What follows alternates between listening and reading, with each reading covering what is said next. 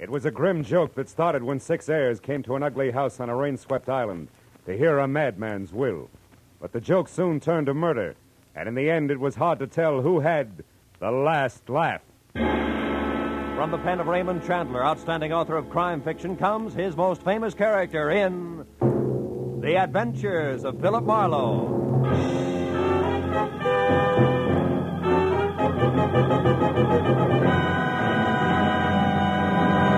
Now, with Gerald Moore, starred as Philip Marlowe, we bring you tonight's exciting story, The Last Laugh.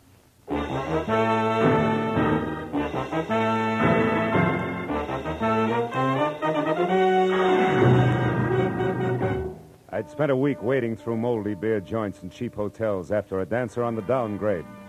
And when I found her, she was 2 days dead in a coal cellar, all of which left me with a rancid taste in my mouth. But when I woke up after a night's sleep to the tune of a robin on my windowsill, I realized it was spring and time for Marlowe to take a long, easy weekend someplace. Someplace where the surf meets sand like it does at, say, Ensenada.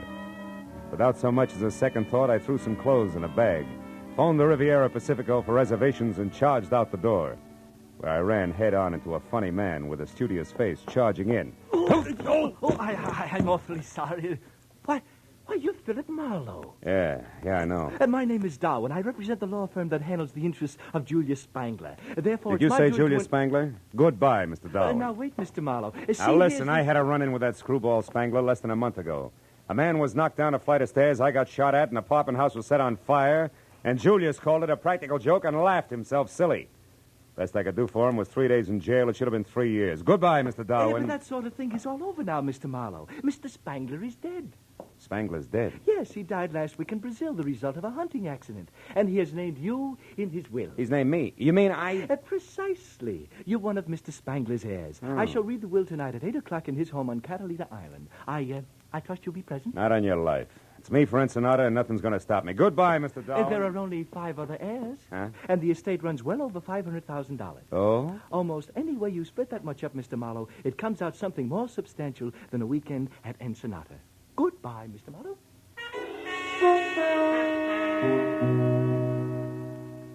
It was fantastic. But then so was Julius Spangler.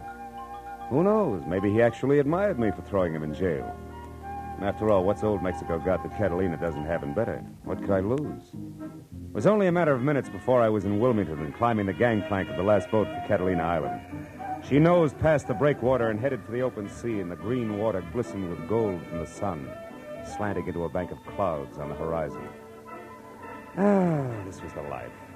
I sat back and relaxed for all of 10 seconds before the name Spangler came up again. This time being volleyed between a matron meticulously tailored by I.J. Fox, who clung to a pipe-smoking gentleman at the rail, and a cute blonde ball of fire facing them. Some of my friends are aboard, and I don't want to be seen with you. Look, you may be Your Highness Millicent Burke Ashby to those snoots, but you're still just Millie Spangler to me, you overstuffed social climber. Why, you insufferable little upstart. You're nothing. I'll give him a good show, like this. Nicky Oh, Bennett, take me away from here. I think I'm going to faint. On nuts. Well, what are you staring at, Buster? Haven't you ever seen a red jersey sweater before? How do you do? Yeah, that sweater plus that right hook of yours adds up to quite an exhibition. You must belong to Julius. He was my uncle, but... Now, wait. Don't tell me you're in his will, too. Then you're Philip Marlowe. Yeah, I got him 3 days in the cooler, so now I'm an heir. Who are your two friends? Millicent Burke Ashby, my half-sister, a professional snob I'm going to get mad enough at to kill one of these days. The jerk with her is Bennett Haynes, a cousin not enough times removed. They're also heirs. Which still leaves 2 more. Yeah, an old geezer who collects butterflies and that blockhead Roderick who passed for secretary and companion to Uncle Julius. Yeah, I know Roderick. And what do you pass for, Nicky? As if I couldn't tell. You can't. Ever been in Nick's Bar and Grill on La Brea, Marlowe? Well, I'm Nick. No kidding. Mm-hmm. And if this inheritance hadn't come along, I'd have lost my shirt. Boy, I'm really in a money jam, and Uncle Julius is saving the day for me. Yeah, but he had to die to do it. Well, sure, that's the only way he ever would. I wrote and asked him for a $10,000 loan once. Got a check back in the return mail, but it was signed by Alexander Hamilton. So I came out here to Catalina to see him, but he'd already left for Iceland. I spent a week by myself painting his launch for amusement. Then I went home again without a cent. He was a charmingly whimsical old man. By the way, where's his house? Over on the deserted side of the island, naturally. Naturally. The only way to get to it is by launch. Roderick's going to meet us when we dock at Avalon. Oh, fine. You mean we'll be stuck at Spangler's old house all night? Is that bad, Phil? It's quite lovely. In a lot of ways.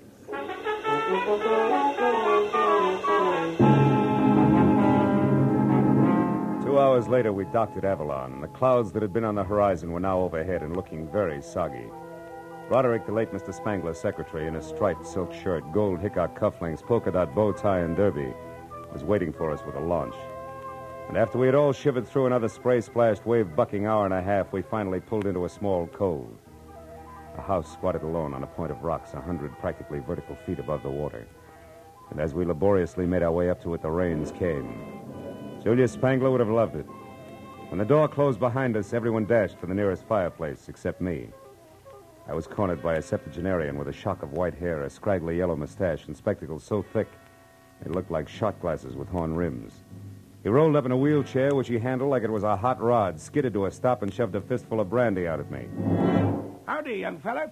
This, I figured, was the butterfly-collecting cousin, Yeah. Matthew Spangler. Better have a slug of this before pneumonia sets in. Well, sir, I suppose you're here for the reading of Cousin Julius's will? Yeah, so that's right. So am I. Wouldn't miss it for the world. No. He's leaving me his collection of nymphalidia. Butterflies, you know. I don't like money, just bugs. Figures. Yes, sir. Been an entomologist for 50 years, lepidopterist for 40. I've got specimens of 12,000 species. Only a few thousand left to go. Practically nothing. You've a keen mind. Mhm. Here, have a cigar. Thank you. No, Go on. It's the best. Save it for later when you got something to celebrate. Oh, there's Roderick. He'll show you around. I want to go meet these young ladies. So long, son. I'll see you. Out of the way, Roderick. Hey, watch it. Crazy wheelchair jockey almost ran me down. Well, Mr. Marlowe, it's nice to have you with us. Yeah, I'll bet. Look, Roderick, why did Julius stick me in his will along with all his relatives? I don't know. Maybe he was nuts. You can say that again. Keeping all his junk, for instance. Junk? Well, these are trophies. That burnt match there was used in the first Hartford. Julius perfected that gag in 1903. Spangler contribution to American culture, huh? Well, get you. What did you ever do? Wait, wise guy. This one's even better. He panicked the whole city with this phony newspaper headline. Here. Report of baby snakes in city water system false? Yeah. He tells them there's nothing to it, and they still blow their tops. That's tremendous, huh? Yeah, quaint. Julius was right. You got no sense of humor. The lawyer Darwin will read the will in 30 minutes, so be ready.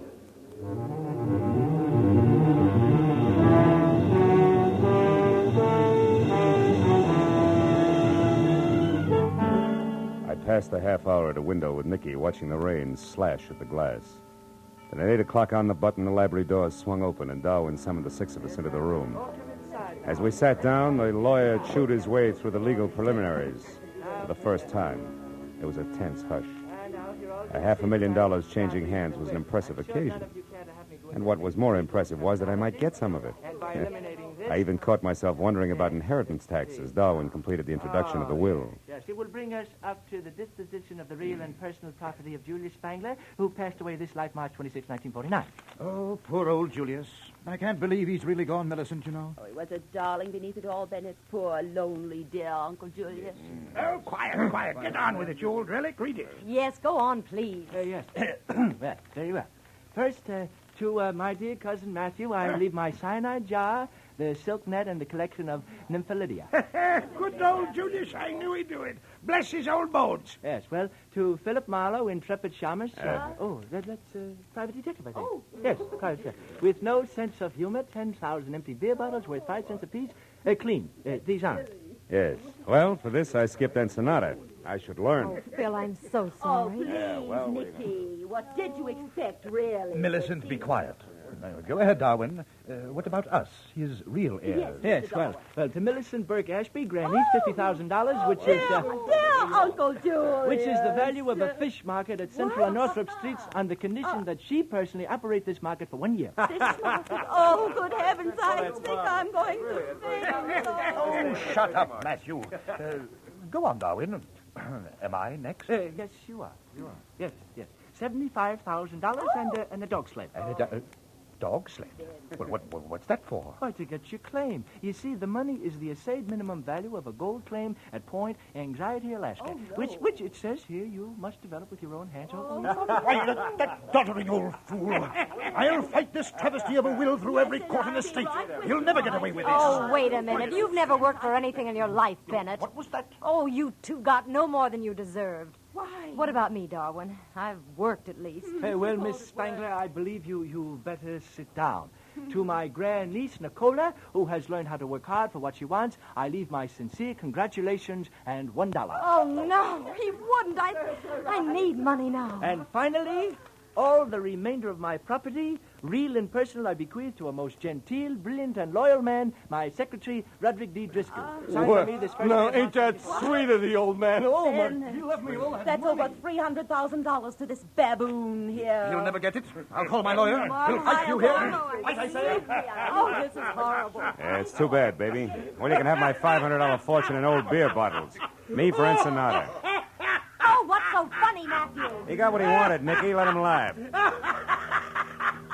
I'll say I did. Wow! Shut up, Matthew. Stop it, Matthew. You're hysterical, Matthew. Hysterical, eh? I sure am, kiddo. But Matthew, get a load of this. We all stood there with our mouths hanging open as the old invalid leaped to his feet, tipped over his wheelchair, made a grab for a shock of white hair with one hand, and ripped it off. It was a wig, and a good one. With the other hand, he tore the phony yellow mustache off his lip and, still laughing like a ticklish hyena, he identified himself as the one and only Julius Spangler, alive and in the flesh. Yes, this is the crowning achievement of my career. Look at you. Look at your silly faces. I wasn't going to give it away till tomorrow, but I couldn't hold it back. Ooh, this is rich. The best gag we ever pulled. Right, Roderick? Roderick! Huh? Oh, yeah. Yeah, right. This is humiliating. I'm calling the firm at once. You're mad, Julius. Absolutely insane. Why? Why? Because you can't stand the smell of fish? Oh, What about you, Marlowe? Did I get the last laugh on you, or didn't I, eh? You did? You're still nothing but a mixed-up jerk, Julius. Wonderful. But I want to see you mixed up with those dirty beer bottles. Wash the labels off. Get a nickel back, you know. I'd like to break every one of them across the bridge of your nose, funny man. That's what I like. A good sport. How about it, Nicky? Isn't it funny? Not very. What do you mean? I sat in at the reading of my own will. So now I know what you really think of me. Not quite, you don't. Because I think this. But, you vixen, you spit on me. How dare you? I'll kill you for No, you that. don't, Spangler. Stop it. You lay a hand on her, I'll flatten you in spite of your years. That goes for you, too, Roderick. Stay back. None of you can take a joke. Look after these fools, Roderick. Give them anything they want. I'm going to have a good laugh all by myself.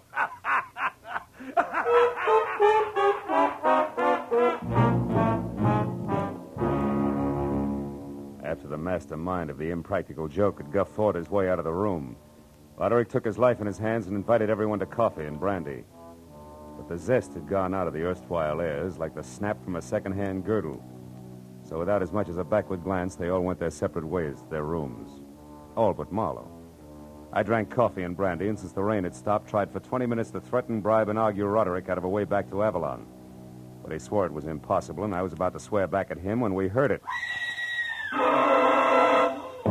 We ran to the French doors at the end of the room and out. Millicent was on the walk outside, her hands clamped against her mouth, staring down at the rocks near the surging water 80 feet below. Mrs. Ashby, what happened? What is it? Millicent, what's the matter? it's Julius. He's down there. He must have fallen. Yeah. Either that or he was pushed by somebody who couldn't take a joke.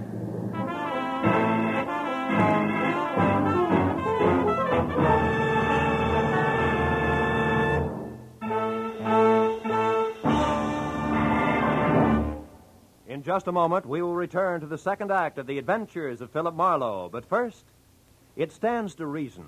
It's a proven fact. If we all work together to produce more per man, per machine, per hour, every one of us will gain from the cooperation. This is the American economic system. It operates for the benefit of all the people. We can and should cooperate for better jobs, higher incomes, more of the good things of life. For your free copy of the booklet, The Miracle of America, write Box 10, Times Square Station, New York City. Now, with our star, Gerald Moore, we return to the second act of Philip Marlowe and tonight's story, The Last Laugh.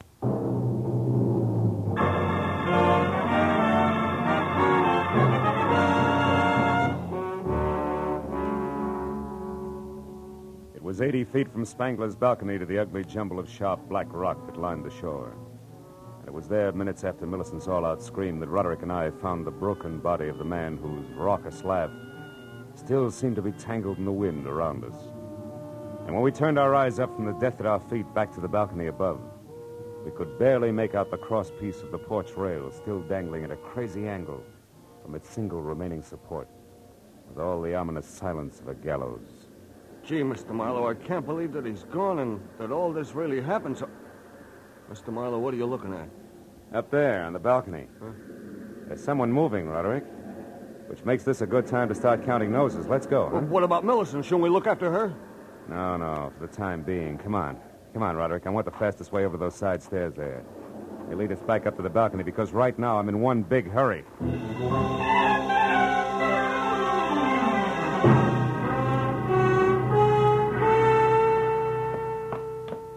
There's nobody here, Marlowe. Are you sure you saw... Hold it.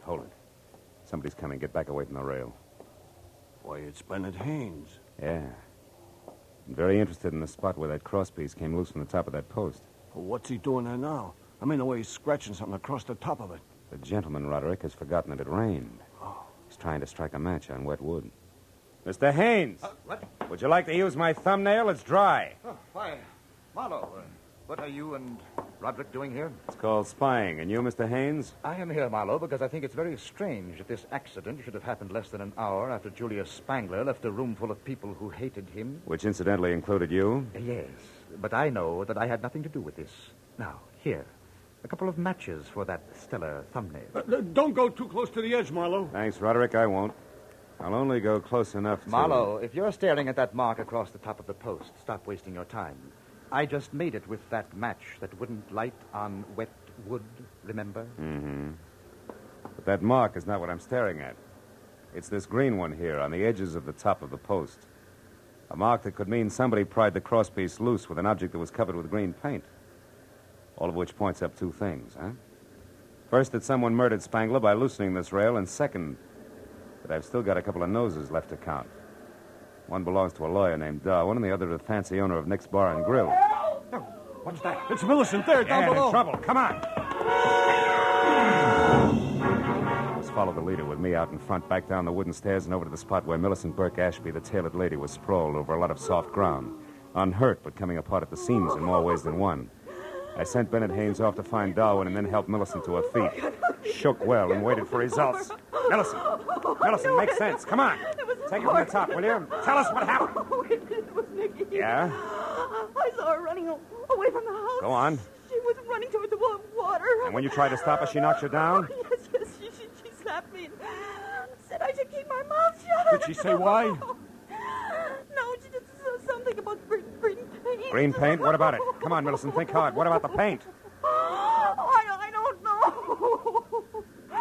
What does this mean, Marlowe? We gotta get to Nicky Spangler fast.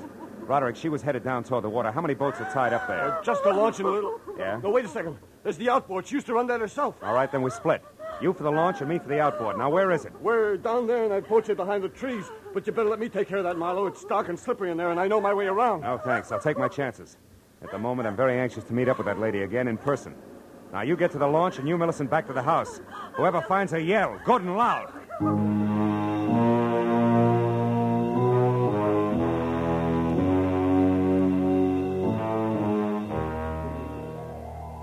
The boat shed was a one-room bungalow on stilts. When I started inside, slowly, unsure of both my footing and the company on hand, I was suddenly very sorry that I'd left my .38 back in L.A. But in the next minute, I began to breathe easier because just visible ahead of me was the Spangler outboard. And when I got closer, I saw that it was empty. Then I heard somebody behind me. I turned just in time to see a thick, crooked branch coming at my head fast. Oh!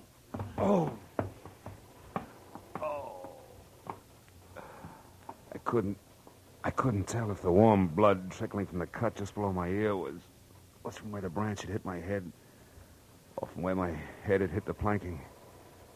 But it didn't matter because either way it hurt. I got to my feet slowly.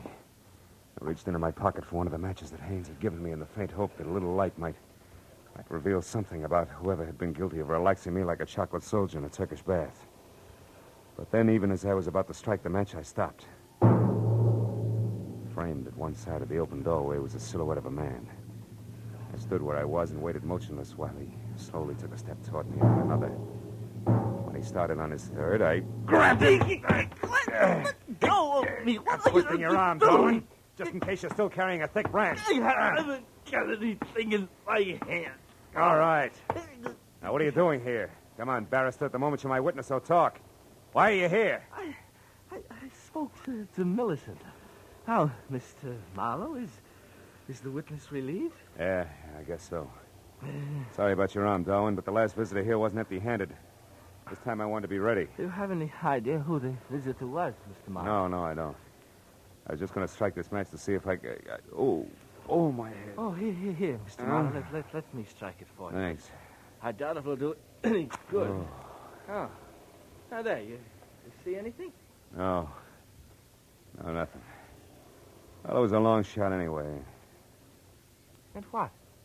What do you see, Mr. Marlowe? What is it? Darwin. Something I should have seen a long time ago.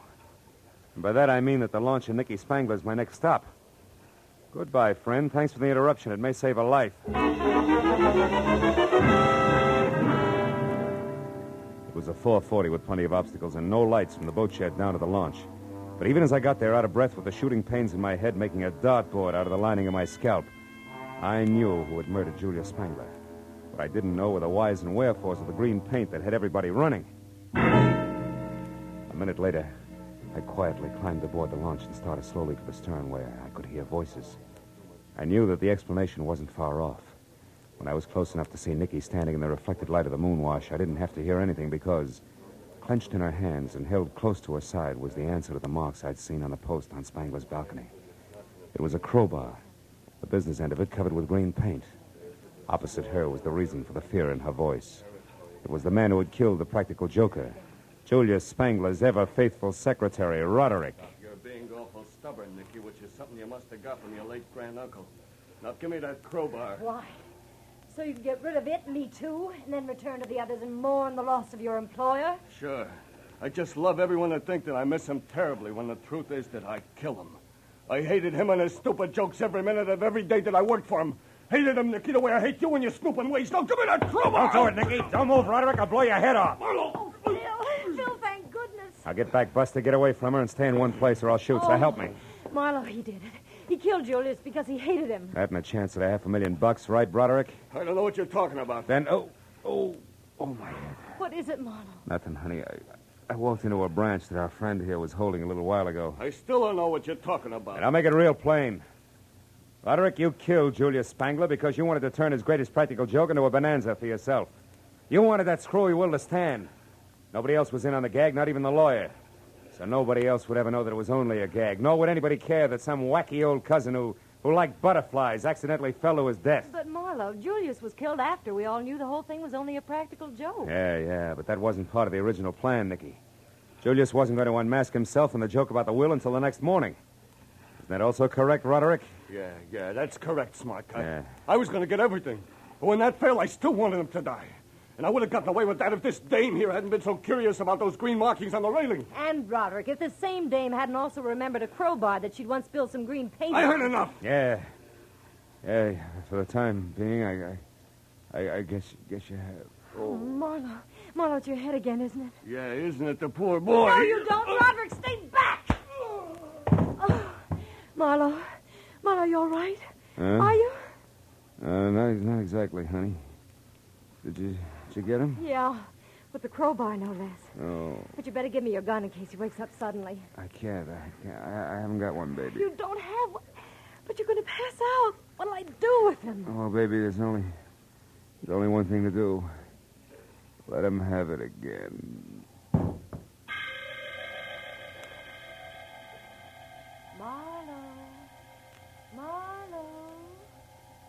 Marlowe, are you all right now? Oh, yeah, I'm all right. What's going on? Oh, Nicky. Nicky. And before you can say, where am I, I'll tell you, honey. This is Avalon, a lovely spot on the island of Santa Catalina. It's now 2 o'clock in the morning. Your head isn't so much as fractured, and you're sitting up in a chair that belongs to the nice lady who rented you this room at a reasonable price. And the others? All back at the place, except, of course, Roderick. Last I heard of him, he was still answering questions for policemen. Which, by the way, brings me right to the point. This I gotta know. Phil, how did you figure that Roderick was guilty? Wet wood, Nicky. Wet wood that should have been dry. It was up on Julius Smadlinger's balcony. The top of the post that had green marks on it was wet, even though the tight-fitting crosspiece that rested over it should have kept it dry. So obviously the rail was pried loose just before the will was read, while it was still raining. How do you figure, Marlowe? No, because it had stopped raining and the moon was shining by the time Matthew identified himself as Julius Spangler. But no one would have wanted to kill Uncle Julius without having heard the will. Nobody but Roderick, who was in on the whole joke and knew that he was going to get $300,000 out of the phony will. So he merely pushed the old man off the balcony, made it look like an accident, see? Yeah. And you doped all this out just like that? Well, no, not just like that, Nicky. Finally, I caught on. And now, sweetheart, in spite of the bandage, I think a little stroll along the beach is going to do me a lot of good. You know, I'm officially on vacation. Rest and recreation for 2 full days at least. Here in Avalon, maybe? Where else? See you later, Nicky.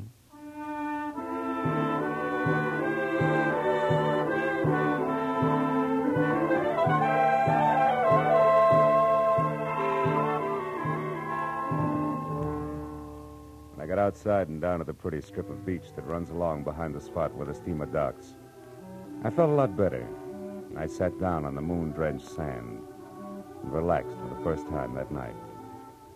As I sat there, I reached into my breast pocket for a cigarette, but instead came out with the expensive cigar that Matthew Spangler had given me. It wasn't until I had lit it and was puffing along that I suddenly remembered that Matthew Spangler had really been Julius, so I got rid of the cigar. Hey, just in time. Yeah, I wasn't sure, but maybe Julius Spangler, wherever he was having the last laugh, after all.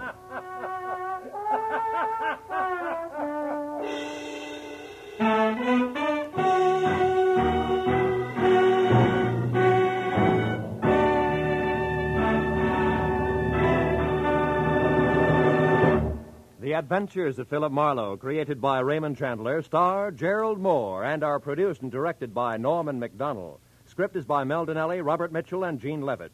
Featured in the cast were Ellen Reed as Julius Spangler and Doris Singleton as Nicky, with Ann Morrison, John Daner, Paul Duboff, and Peter Leeds.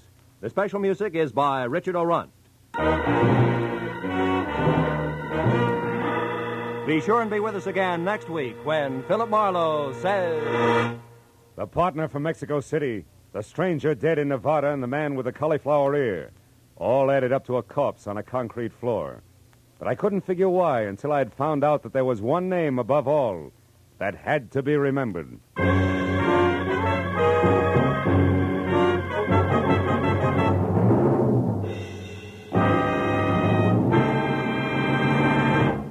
Tonight, CBS's great hour-long Saturday night fun show, Sing It Again, will be back on the air after a week's absence.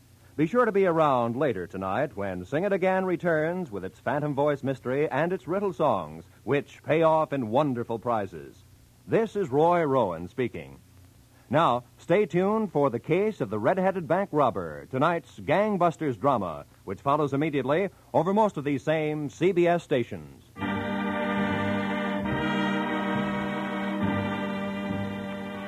This is CBS, the Columbia Broadcasting System.